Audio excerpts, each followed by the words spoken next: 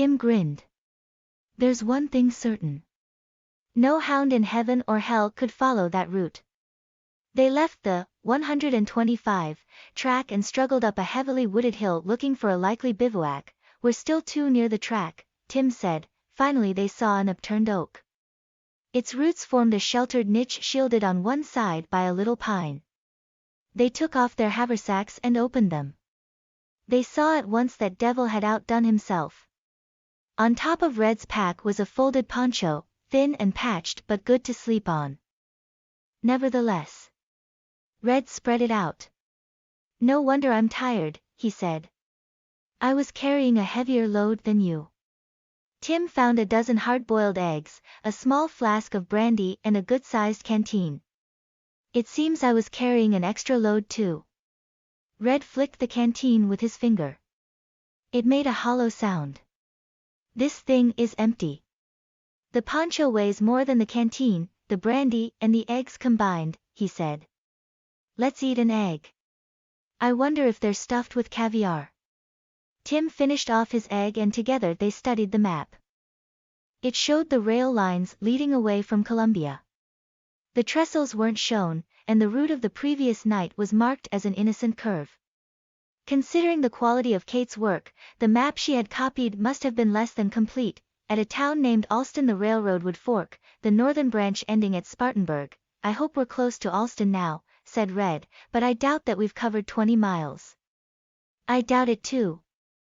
They spread out their blankets, Red settled down and Tim put away the remaining eggs. We owe Devil a vote of thanks. Unless we're lucky, we can thank him in person. 126, Chapter 15, The sun shone through the trees. Tim was chilled to the bone. He wished he had an overcoat. Red gave no sign of waking. Tim thought, today is Friday. He unbuttoned his blouse and pulled out a little black book marked Diary 1863. It was closed with a tab that slipped through a loop. He pulled out the tab and riffled through the pages. The first half of the book was filled with entries. But the period of imprisonment was almost blank. On some of the pages he had penciled letter from Kate or news of home, but he'd long since neglected the daily entries. It had made him unhappy to count the endless chain of wasted days. He found the page and the date, Friday, December 11th, and he took out his pencil and wrote, first day of freedom since last July. How long will it last? He flicked through the pages ahead and came across Friday, December 25th. He thought, with a smile.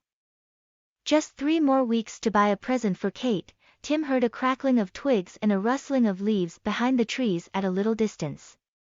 He lay perfectly still. 127, at first there was no sound, then the crackling resumed, a little nearer. It seemed as though someone, knowing they were there, was approaching with caution. Tim shook Red's shoulder gently. Red turned, sighed sleepily and opened one eye. Tim pressed his finger to his lips, and Red jerked his head off the ground and listened. Again there was no sound. Then the crackling came again, this time slightly farther off. Red's eyes had a haunted look, as if he were dreaming a very bad dream. He whispered, I can't go back to jail again. Let's make a run for it. Tim shook his head. They lay still for what must have been a quarter of an hour. Tim pointed out a gray-clad soldier behind some undergrowth, but as they looked the soldier seemed to dissolve. We're having hallucinations, he said. The noise I heard could have been any one of 1,000 things.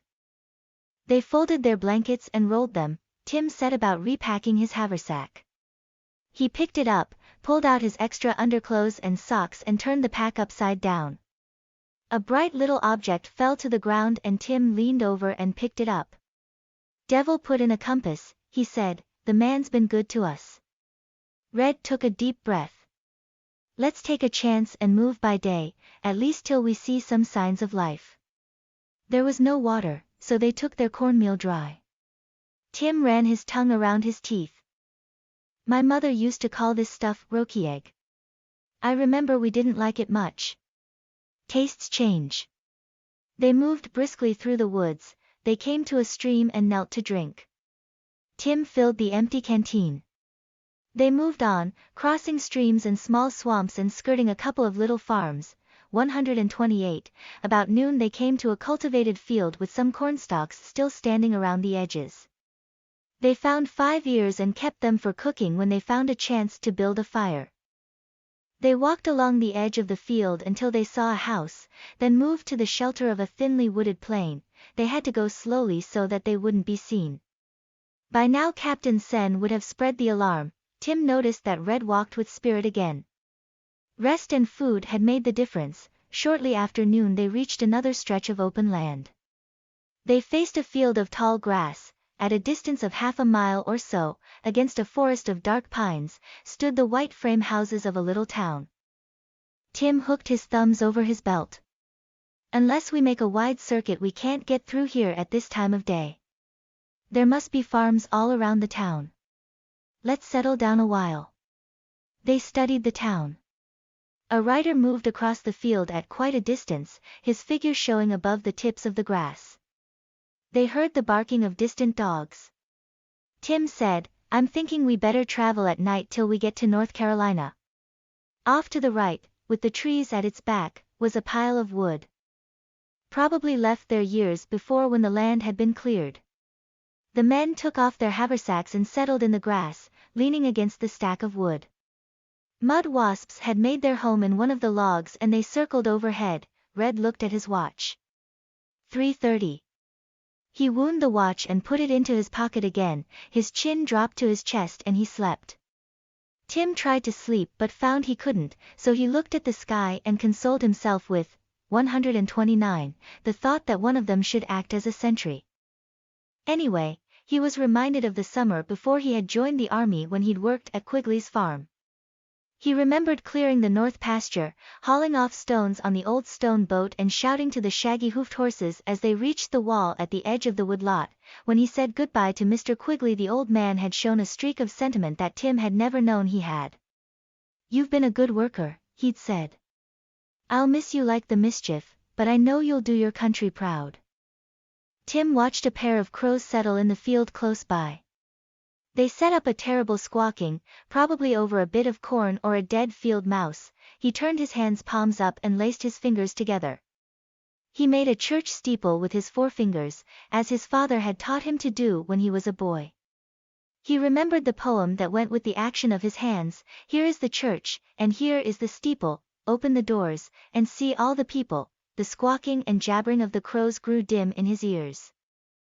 The shadow of the woodpile wove a pattern in the trees. Tim's head snapped up. He must have been sleeping for several hours. The sky was quite dark.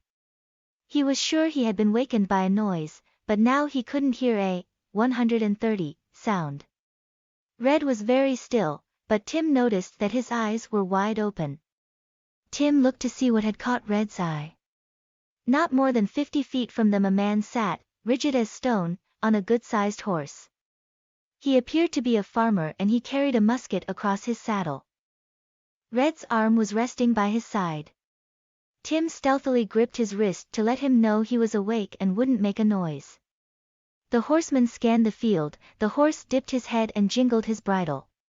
The man kicked the horse's flank and rode away, keeping close to the edge of the field, looking both ways, as if he were on a tour of inspection. Tim watched as he disappeared, and Red said, "That was a very close call." "Do you suppose he was looking for us?" "Lord knows." They gathered up their packs and walked west toward the railroad. The lights of the town were squares of yellow among the trees.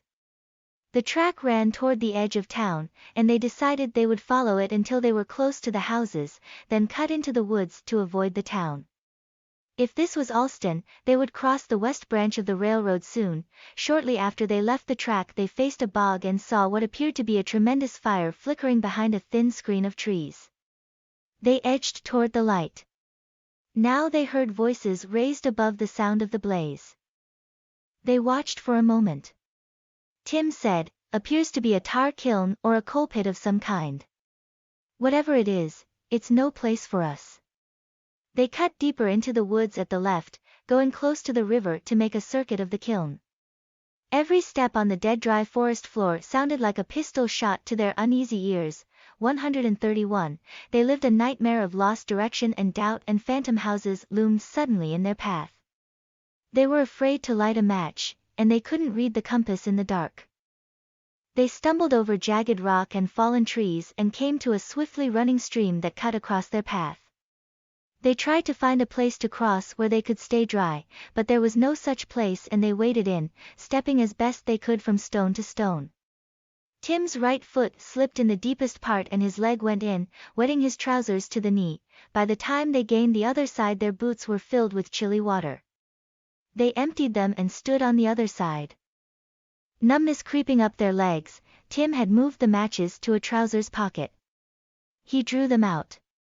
Let's chance a look at the compass. He held the little instrument close to his chest, and the glow of the match showed the needle dancing back and forth. I wonder if it works at all. It's against a button on your blouse. So it is. Tim held the compass away from himself and the needles settled down. By now they must have passed the town. They decided to head straight north. They crossed the west branch of the railroad and found the track that would take them closest to the North Carolina line. Tim struck another match and they looked at the map. There were very few towns along their route between Alston and a place called Unionville, 40 miles or so to the north. They walked along the track for 2 or 3 miles, and as the land began to rise, Tim said, "Let's take a chance and roast a couple of ears of corn." 132. Their fire kindled well. Red gazed into the flames. At least we aren't in jail. The people in the country we have to cross must all know about us by now. And most of them are hunters. They'd just as soon track a man as a coon. They took off their boots and rested their feet on a dry log. They held the boots near the fire as they waited for the flames to flicker low. Tim looked at the compass and studied the map. They talked for a while, looking into the fire, and when the flames had died they put the corn in the embers. When the corn was roasted, Red kicked aside the embers and picked out the ears. They shucked them, working fast so as not to be burned. The kernels were orange gold and charred in places. Red said, "What a feast. Maybe if we're lucky we'll find some more along the way." There was nothing like this in jail. Red held his watch to the glow of the fire. It's 11:15. Let's push on. 133, Chapter 16, They spent their 4th morning in shelter from the rain. They had circled farms, forded dozens of streams. More than once they had ducked off country roads to avoid teams of oxen and country wagons, but as far as they knew they hadn't been seen. The rain had started an hour ago. Now it was coming down in torrents, swelling the streams and turning the rivers to turbid floods. They had found a sheltered place at the edge of a deep ravine. They had bent 4 closely grouped saplings, tying the top of each to the base of another and covering them with the poncho Devil had given them. They had made a mush of roki egg and water and eaten the stuff. It was tasteless now. They had stretched their blankets on logs laid side by side, and Red was so tired that he slept like a baby on this bed that was something akin to a corduroy road. The rain beat against the poncho and dripped through leaks, soaking Tim's blanket and wetting his clothes. He didn't want to look at Kate's map in the rain. The 134 paper was thin and he was afraid if it got wet it might come apart. They were just east of the railroad line. He hoped they were close to Unionville. They hadn't traveled as fast as they had hoped they would, but if they could keep moving they might reach North Carolina in 2 or 3 days. They had thought about hopping a freight as one went by. But the risk was too great and they couldn't ride the railroad very far. It ended at Spartanburg. Tim looked across the ravine through a curtain of rain. Their prospects couldn't seem worse. They had eaten the last 2 eggs and roasted and divided the last ear of corn. The roki egg wouldn't last long. They couldn't hope to find friends until they had crossed the state line, and even then they couldn't tell a Unionist by the cut of his clothes. North Carolina might not be the promised land. They would have to travel 130 or 40 miles, crossing the Great Smokies before they would see a Yankee uniform. Tim slept until noon, and when he woke the rain had stopped and the leaden clouds were blowing away, leaving patches of clear blue sky. Tim touched Red's shoulder, and Red opened his eyes. He stared at the poncho above his head. His face showed no emotion. He was silent for a minute before he spoke. Well, we bargained for this. We knew we had no more than a 50-50 chance. Let's push on. They walked north-northwest for an hour or so on a narrow, overgrown road. They saw a house, then cut to the right and into a thicket where they stumbled and kicked through the thorny undergrowth and hopped over winding freshets that had come with the rain. When they broke clear at last their hands were bleeding and their 135 clothes were torn, but they had left the house a mile behind. Tim saw a little stream that hadn't been muddied by the rain. They stood for a moment and looked around. There was no sign of life as far as Tim could see. Let's take a bath, he said. Are you out of your mind, lad? It's chilly as the devil this afternoon. I'd like a change. Why don't we go into town and have ourselves fitted for new uniforms? Why do the job halfway? Tim smiled. At least we can wash our feet and change to dry socks. They took out clean socks and left their haversacks at the foot of a tree. At the edge of the stream they sat on a huge flat rock and washed their feet. Then sat still for a while until their feet were dry. They put on the clean socks, tied the wet ones to the flaps of their haversacks and started walking again. They soon found a rutted wagon road that looked as if it were seldom used. They were fit for travel again, but the open land and the lack of cover along the sides of the road made Tim wonder if they should go on in the light of day. Here they walked side by side. For the first time the ground grew stiff with frost. A railroad whistle broke the silence. In 3 or 4 minutes they heard the engine, faintly at first. The whistle sounded again, and they saw a freight train on high ground half a mile west, chugging and rocking toward the north, leaving a trail of smoke behind. That's the way to travel, Red said. They watched the smoke until it disappeared, and when they turned there was a herd of cows ahead of them, lumbering across the road. Tim was about to look for cover, 136, when he noticed a boy of 6 or 7 in the middle of the herd. He stared at the fugitives, open-mouthed. The cows kept moving across the road but the lad stood still until the last of the cows had passed. Then, finding himself alone in the road, still facing the men in tattered blue, he wheeled and ran. To their right the land rose gently. It offered little cover. It would be folly to retreat along the road. Tim motioned left toward the railroad track. That's as good a way as any. At least there's a little cover there. They ran across a field and into a grove of scrub oak and pine. They dashed pell-mell down a steep little hill and across a brook and up toward the ridge where the railroad ran. They heard the sound of horses' hoofs crashing through the undergrowth across the stream. They ducked behind a clump of weeds. The riders came into view and jumped the stream. They reined in and looked along the little valley and up the hill. Tim and Red watched unmoving as the men talked in low tones. One was well past middle age, thin and handsome. He was hatless, his face was tan and his head was covered with a thick mat of snow-white hair. The other man was big and burly, a giant of a man. A gray slouch hat sheltered his eyes. Both were armed. The big man shouted, "You better show yourselves. We know you're in this place. We saw you hightailing it across the fields." Tim whispered, "We better give up to save our lives."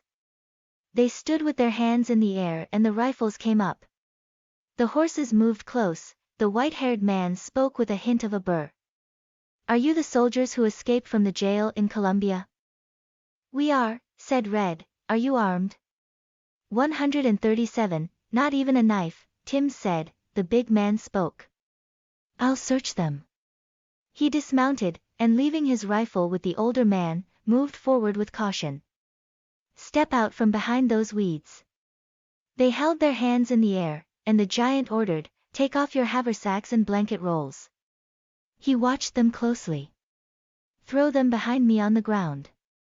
The soldiers did as they were told and the man slapped their pockets with the flats of his ham-like hands. Tim heard the crinkle of the map but their captor took no interest in this. He felt the diary and the book of photographs. "Unbutton your blouse." "That's my diary and home photographs." The man's expression didn't change. He fumbled for the things but couldn't find the top of the pocket, and finally he said, "Bring them out yourself, but mind, if you try any funny stuff Mr. McNeil will shoot you down." Tim brought out the album and the diary and held them in the palm of his hand. The man reached roughly for the leather-bound books and slipped them into his overcoat pocket. Red lowered his hands, but he held them away from his sides. "Those things are personal property." The big man flushed. "You dirty Yankee muck. You'd better raise your hands." Now the older man's voice came sharp. "Don't talk to the prisoners that way, Kane. These men are Union officers, prisoners of war. Give the books to me." The big man was sullen. "As soon as I tie the prisoners' hands, we can carry the monkeys across our saddles." The white-haired man smiled, then his face grew stern. He spoke to the captives. "If we leave you unbound so you can ride behind, will you give me your word you'll behave?" 138, Tim smiled. "This wouldn't be the best time to make a break." "You have our word." The giant's eyes glistened like polished flint under his shaggy brows, reflecting his hate of Yankees in general and resentment of the older man. He grumbled as the prisoners mounted freely, and was silent and brooding as they slanted up the hill and jogged through the wood and across the open fields. Tim rode behind the older man. When they had traveled half a mile or so they approached the gate of a rambling, white two-story house with lanterns hanging at either side of the big front door. A large barn stood behind the house and other outbuildings beside the barn. The big man spoke. "I'll lock the Yankees in my shed and station a guard around. These men are in sorry shape. They need some food and rest and a chance to dry their clothes. I'll put them up here." McNeil nodded to Red. "You are free to dismount. Kane, set the bundles by the gate and find 2 men to act as guards and 2 to relieve them at supper time and shift with them through the night. Let them stand at opposite sides of the house for now. If you'll pardon me, sir, I think you're making a great mistake. Surely you don't want to keep them here. Do as I say."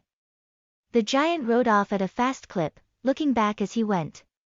The others dismounted and the Scotsman said, "Kane's a good worker or I wouldn't keep him on." 2 young dogs came racing around the house, wagging their tails and barking happily. They sniffed around the prisoner's legs. One was a hound with beautiful reddish-brown eyes, and the other, whose coat was golden, looked like a cross between a sheep-dog and a shaggy bear. They, 139, wagged their tails and Tim patted them in turn. Red scratched the chin of the shaggy one and the dogs dashed off to play again. The Scotsman smiled. Would you believe that they had the same mother? Tim eyed a pistol that hung at the belt of their host. "I think I should warn you," the Scotsman said, "I'm the best pistol shot in Chester County. I wouldn't like to have to try my skill on you." Tim said, "Thank you for your courtesy, sir. We have no mind to escape just now. By the way," he motioned toward Red, "this is Lieutenant Kelly. My name is Bradford." The man said, "Let's go along inside." A middle-aged colored man opened the door, as if at a prearranged sign. His voice shook as he greeted his master.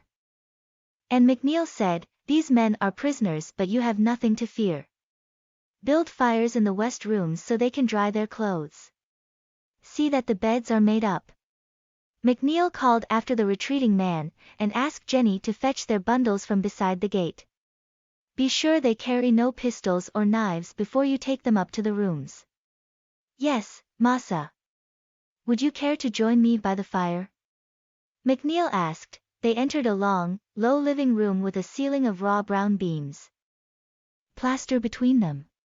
The prisoners seated themselves at one side of a crackling fire. Their host tossed his coat across a chair and sat with his pistol in his lap. "How long have you been on the countryside?" Red pulled his beard. "Today was our 4th day, sir." "How did you make your escape from the jail?" "We'd better not say, but we didn't give violence to any guard." "You were heading for Knoxville, I suppose?" 140, yes, Tim said. McNeil stared at the hearthrug. "I was in a Scottish regiment years ago." Soldiering seemed quite a lark when I was young, but a war like this is a filthy thing. He was silent a minute and then he said, this country has been good to me, and now this war is tearing it apart. Our farms were prosperous and our people proud. I settled in Charleston when I first came out here, and when I had a bit of money I bought this land. The colored man stood in the door. Jenny says the gentleman's sacks hold nothing much but dirty clothes. There's a bit of brandy and a sack of ground corn. Thank you, Luke. McNeil fingered his pistol and talked as before. It's no good mincing words. The war is going against us now. We're being crushed by the industrial might of the North. He smiled with a trace of bitterness. My sons would never admit it, I'm sure. One of them went to medical college in the North, but he's a Southerner to the core. They are both with General Lee just now. Tim said, we believe in our cause, as they do in theirs. Their host looked into the fire. Then studied the faces of the prisoners. You boys have had a trying time. It would grieve me sorely if I saw you come to an unhappy end. The people hereabouts hate Yankee uniforms. 22 Confederate dead sleep in the churchyard down the road. A thumping came at a door at the back of the house. That must be Kane, McNeil said. The colored man came in again. Mr. Kane has 4 guards outside. He asks would you like a word with him? Tell Mr. Kane to send one of the guards to the second floor hall. I'll see him shortly. 141, McNeil stood up, keeping his pistol in his hand. I'll take you to your rooms. McNeil kept his prisoners ahead of him as he showed them the way. He directed Red to a door in the middle of the hall and Tim to a room that faced the front as well as the side. Make yourselves comfortable. Would you like some tea and a bit of bread to tide you over till supper time? Don't trouble, sir, Tim said. Sleep is what we need right now. A fresh lit fire crackled on the hearth. Tim spread his blanket on the floor, stripped off his clothes and hung them over the fire screen to dry. He drew a ladder-back chair close to the hearth and turned out the contents of his haversack and arranged the clothes on the chair. A pitcher and a tumbler stood on a table by the bed and a china basin steamed on a wooden stand. Tim reached for a sponge that hung with a towel at the side of the stand and washed and dried. He helped himself to a drink of water, raised a window a crack and slipped between the clean white sheets. One window of his room faced west and he judged by the angle of the sun that it must be past mid-afternoon.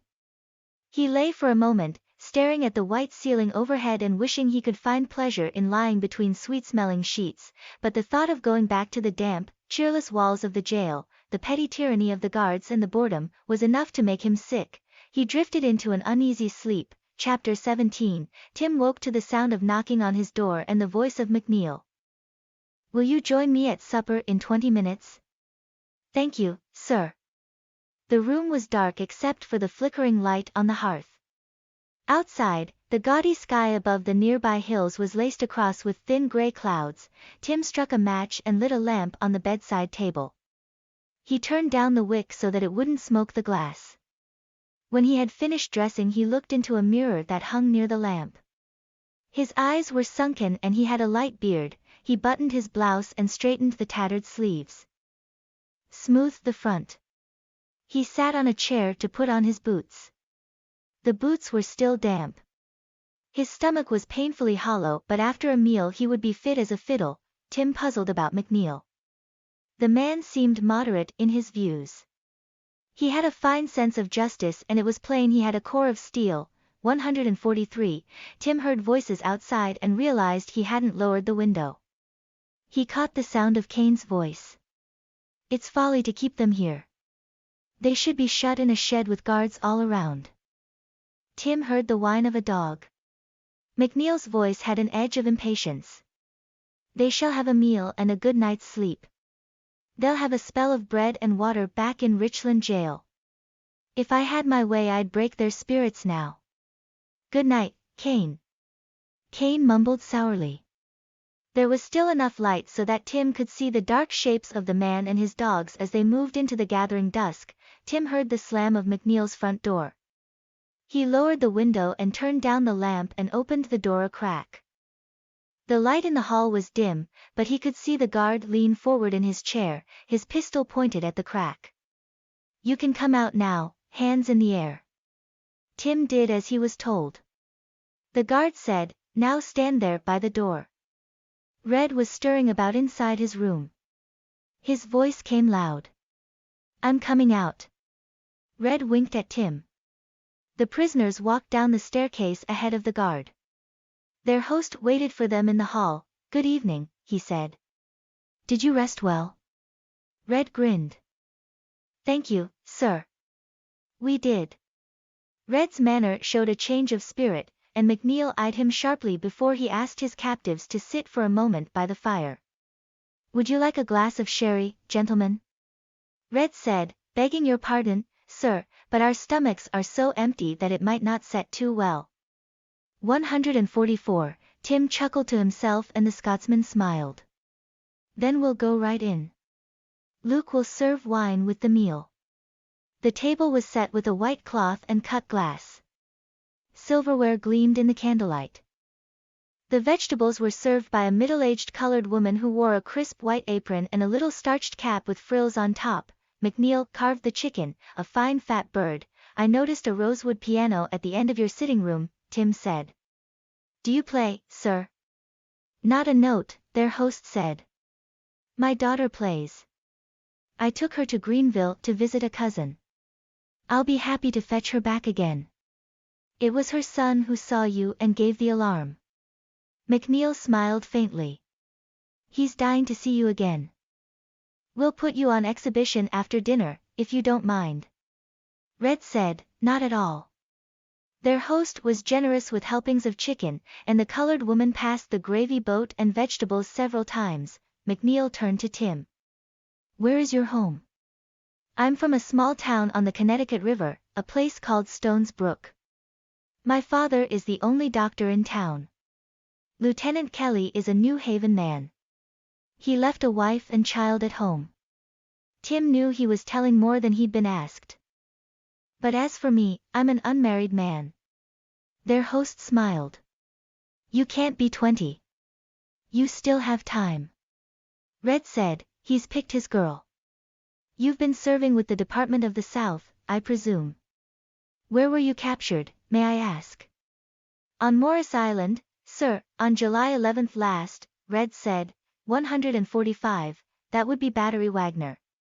"Yes. Fort Wagner, we call it." McNeil fingered the stem of his glass and smiled dryly. "I guess it earned that designation." After dinner they retired to the living room and their host spoke to a guard who sat in the hall. When McNeil joined them again he said, "Some of my neighbors want to have a look at you. I've decided to let them come. I want them to know that you aren't wild beasts." He fingered the butt of his pistol and said, as if to himself, "They'll have to leave their firearms outside the door." McNeil made small talk until the first knock sounded at the door.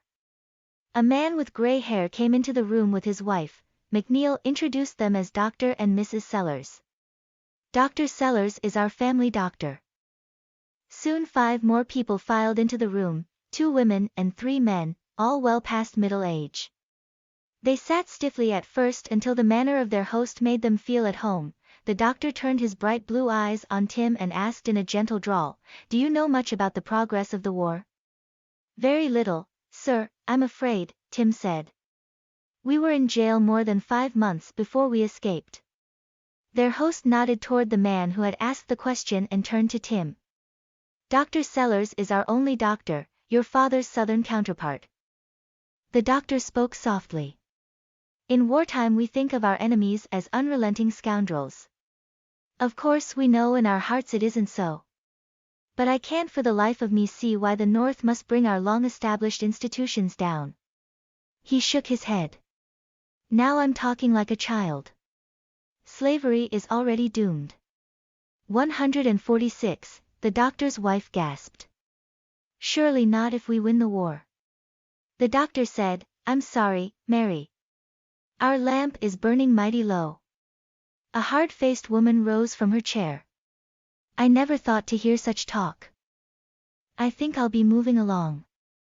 A heavy knock came at the door and Kane was let in, followed by 3 men, one of them with a bad limp, unmistakably Kane's son.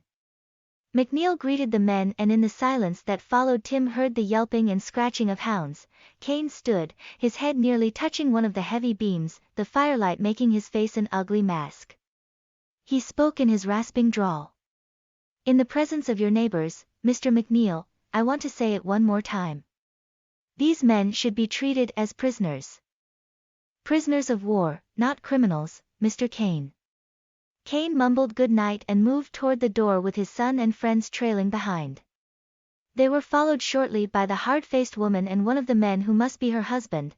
The doctor, speaking for the people who remained, said, I bid you gentlemen good night. He smiled sadly. This village was a happy place before the war. I wish you could have known us then. When his neighbors had left, McNeil gave orders to the guard. Station yourself in the upstairs hall. I'll show the prisoners to their rooms a little later on. The night is cold. There'll be no need of guards outside. 2 can sleep while 2 stand watch outside the bedroom doors. You can set the shifts as suits you best. The Scotsman set fresh logs on the fire, sat down and pressed the tips of his fingers together. He spoke without a sign of hesitation. Of course I know well what's in your 147 minds. I can't lift a finger to send you on your way. If the guards are alert they can hear the slightest sound through the bedroom doors. But suppose for a moment that you reach the ground. Kane defers to me because he has no choice, but there's nothing to stop him from setting up a guard along the road, and I suspect he may have done just that. Such men will shoot to kill. Kane has a pack of ugly hounds. Even if you had a decent start, the alarm would soon be raised. Kane would like a chase like that. I'd give you very little chance. McNeil tapped the butt of his pistol. Then put his fingers together again and spoke above the crackling of the fire. Suppose you cleared the county and the state. Tim had the strong impression that McNeil was speaking exactly as he would to his own sons.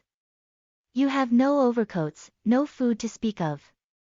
He massaged his temples with the thumb and fingers of his right hand.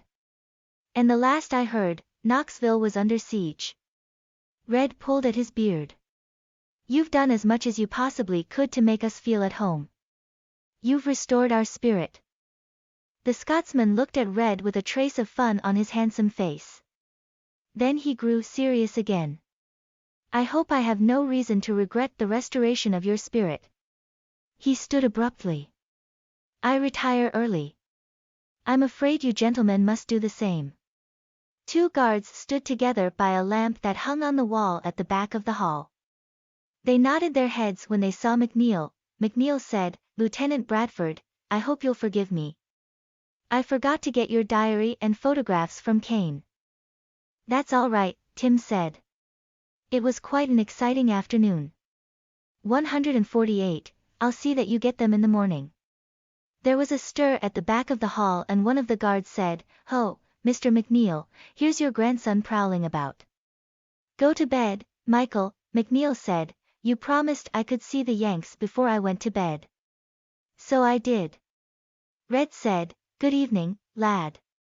The boy stood in the lamplight, his nightgown nearly reaching the floor. His face was tough for a boy so young. You look better now, he said. You frightened me most to death outside. Tim smiled. The boy said, you're most as good-looking as people down here. He lowered his eyes and frowned again. Do you have any news of my father? Lieutenant Curtis is his name. A friend saw him wounded at the Battle of Malvern Hill. Tim looked down at the boy's unruly hair and questioning eyes. He spoke softly. This is a mighty big war, lad.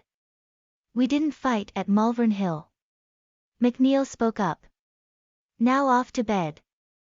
Michael. Sorry I forgot to keep my promise. The boy looked up, speaking man to man. I know you're busy with the Yankees and such.